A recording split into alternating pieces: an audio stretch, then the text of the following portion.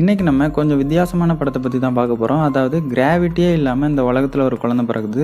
அந்த குழந்தை எந்த மாதிரிலாம் வளருது, என்னென்ன கஷ்டங்கள்லாம் அனுபவிக்குதுன்னு சொல்கிற கதை தான் த மேன் வித்தவுட் கிராவிட்டி. படத்தோட ஓப்பனிங்கில் ஒரு ப்ரெக்னென்ட் லேடி அவசரமாக ஹாஸ்பிட்டல் கூட்டிகிட்டு போகிறாங்க. அவங்க பேர் நட்டாலியா. ரொம்பவே லேட் நைட்டுன்றதுனால ஹாஸ்பிட்டலில் டாக்டர் இல்லை. அதனால அங்கே இருக்கிற நர்ஸு தான் பிரசவம் பார்க்குறாங்க. பிரசவம் பார்க்கும்போது நட்டாலியாவுக்கு ஒரு குழந்தை பிறகுது. ஆனால் அந்த குழந்தை எல்லாரையும் மாதிரி நார்மலாக இல்லாமல் காற்றுல மிதக்க ஆரம்பிக்குது. அப்போ தான் அவங்களுக்கு ஒன்று புரிய வருது, இந்த குழந்தை கிராவிட்டியே இல்லாமல் பிறந்திருக்குன்னு. நட்டாலியா மிதந்துட்டு இருக்கிற அவள் குழந்தைய இழுத்து அவங்க அம்மாட்ட என் பையன் ஒரு ஏஞ்சலாக இருப்பானோன்னு கேட்கும்போது சீக்கிரமாக இங்கேருந்து ஃபஸ்ட்டு கிளம்பணும்னு சொல்லிட்டு அங்கேருந்து கிளம்புறாங்க. அப்போ நர்ஸ் உங்கள் பர்சனல் இன்ஃபர்மேஷனாவது கொடுத்துட்டு போங்கன்னு கேட்கும்போது எதுவுமே சொல்லாமல் அங்கேருந்து சீக்கிரமாக வீட்டுக்கு வந்துடுறாங்க. வீட்டுக்கு வந்ததும் நட்டாலியா கிட்ட உண்மையை சொல்லு, அவங்க அப்பா யாருன்னு கேட்கும்போது எனக்கு தெரிலன்னு நட்டாலியா சொல்கிறா. அட்லீஸ்ட் அவனுக்கு ஏதாவது வியாதி இருந்துச்சா இல்லை அவன் நார்மல் தானான்னு மறுபடியும் கேட்குறாங்க.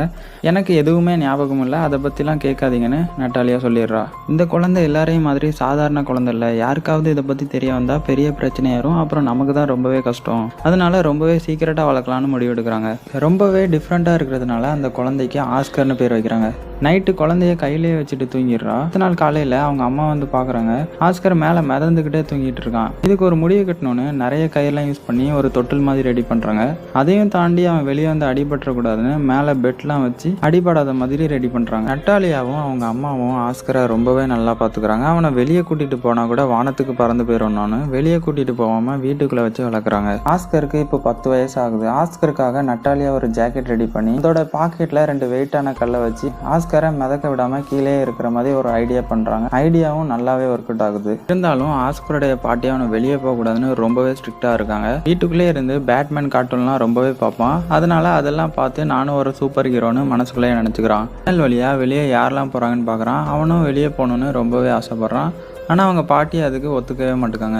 இதனால ஆஸ்கருக்கு ஏதோ ஜெயிலில் இருக்கிற மாதிரி ஃபீல் ஆகுது. ஒரு நாள் அவங்க அம்மா கிட்ட என்னை வெளியே கூட்டிகிட்டு போங்கன்னு கேட்கும்போது வெளியெல்லாம் போகக்கூடாதுன்னு சொல்லிடுறாங்க. கோவத்தில் அந்த ஜன்னல் வழியாக வெளியே போக ட்ரை பண்ணியிருக்கான். அதை வந்து அவங்க அம்மாவும் அவங்க பாட்டியும் பார்த்துடுறாங்க. அந்த பாட்டி இனிமேல் நீ ஜன்னல் வழியாக கூட பார்க்கக்கூடாதுன்னு அதையும் கம்ப்ளீட்டாக க்ளோஸ் பண்ணிடுறாங்க.